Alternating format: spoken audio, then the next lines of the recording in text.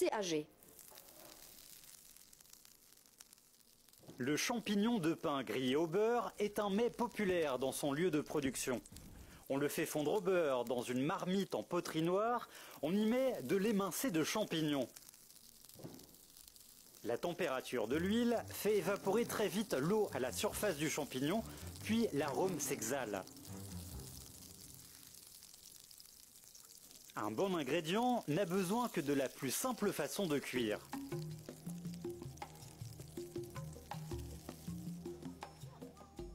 Auparavant, les Tibétains n'aimaient pas manger le champignon de pin, car ils ne s'habituaient pas à sa saveur. Le champignon de pin coûtait alors seulement quelques dizaines de centimes la livre. Néanmoins, ces dernières années, le prix du champignon de pin s'est envolé. Les pasteurs peuvent toucher environ 10 000 yuans en été. En contrepartie, ils doivent fournir un travail assidu.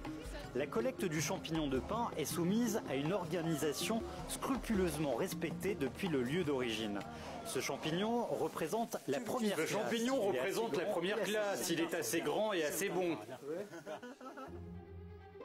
Le délai de conservation frais est de 3 jours. Les commerçants transforment au plus vite les champignons de pin collectés.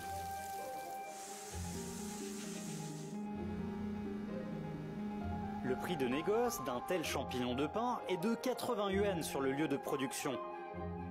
6 heures plus tard, il se vendra dans les supermarchés de Tokyo, mais au prix de 700 yuans.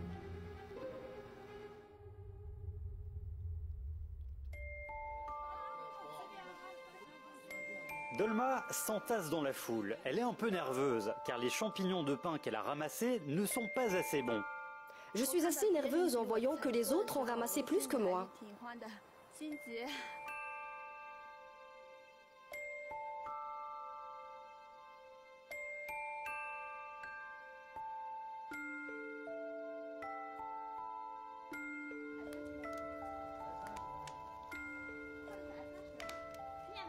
Toute la journée, Dolma et sa mère ont parcouru le chemin montagneux pendant 11 heures. En contrepartie, elles ont été très peu rémunérées.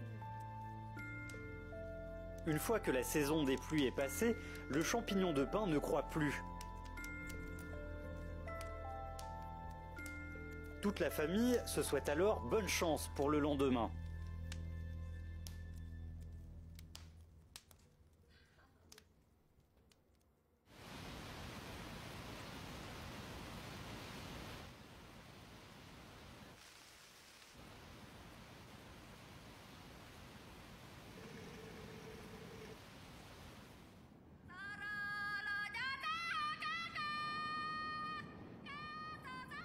Dans le Yunnan, il n'y a que 2 saisons, la saison sèche et la saison des pluies. À partir de novembre, les vents secs et doux soufflent pendant 6 mois. Il faut attendre jusqu'à la fin mai que les pluies reviennent à Shangri-La. Grâce aux pluies, toutes sortes de champignons sauvages se développent dans les forêts vierges. Mais les champignons de faible valeur ne peuvent pas attirer l'intérêt de Dolma et de sa mère.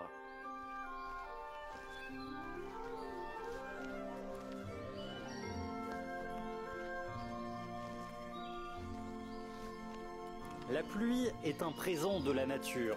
Avec la même force, une bonne chance permet à Dolma d'en prendre davantage.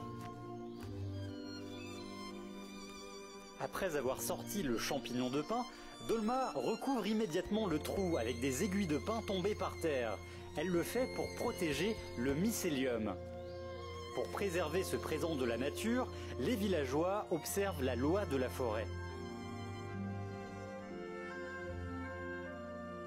Le champignon de pin a une saveur particulière, mais il n'est devenu populaire que depuis les 30 dernières années.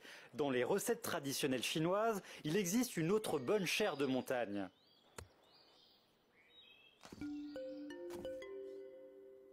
On prend les pousses de bambou d'hiver les plus fraîches et on les découpe en morceaux. Puis on les fait sauter dans l'huile, on y met divers condiments. Voici un mets populaire dans la cuisine Jiangzhe.